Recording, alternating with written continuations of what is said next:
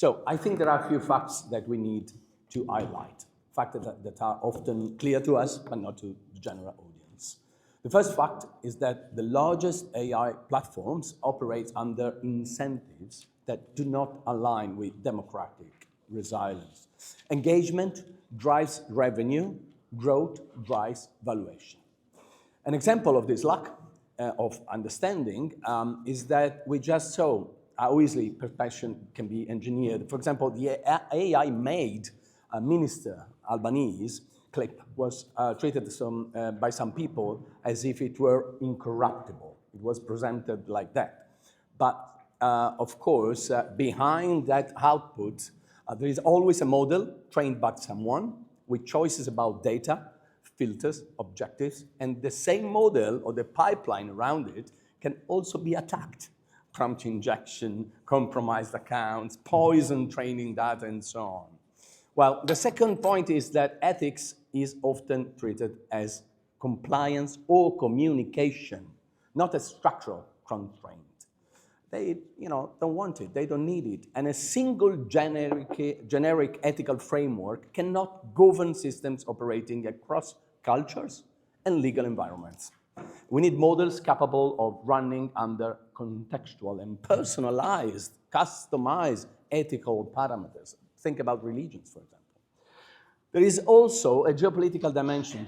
AI governance is shaped by digital nationalism. Countries regulate locally. AI systems operate globally. Laws can be bypassed very easily with a VPN. Models can be hosted abroad in less democratic countries, and enforcement become fragmented. So without cross-border coordination, regulation became fragile. Another fact is that when systems are presented as open source or as open weight that look reliable, we rarely gain full visibility into training data. We cannot reliably reconstruct what is included, excluded, licensed, scraped. So independent evaluation becomes limited. And with local models, guardrails can be easily removed by everyone, anyone. So, and the daily behavior is shifting. Yes, we are talking about social media, but people and kids increasingly ask on AI directly. Social media is not the main danger anymore and the source of influence anymore. And the core issue, in my point of view, is artificial decisions. Well, we currently describe AI as a sort of assistant. A system suggests human decide. That's it. But when a system moves from assisting to acting, like autonomous agents or physical intelligent robots, the risk profile changes. We are delegating decisions and with them power, responsibility, and risks. Automation maybe is the wrong term and may confusion because it executes predefined rules. Artificial decisions maybe is more accurate because AI evaluates probabilities and select outcomes. Because we remember, and I want to remember to everybody, that they run on probabilistic systems. So they generate the most likely outcome given the model, context, and incentive.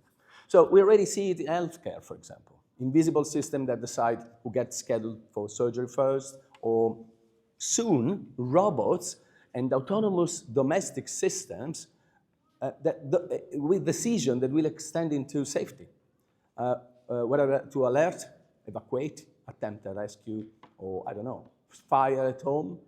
Would you save the dog or the house? And the robot will decide. So AI may sound objective because they speak fluently and confidently, but it's not.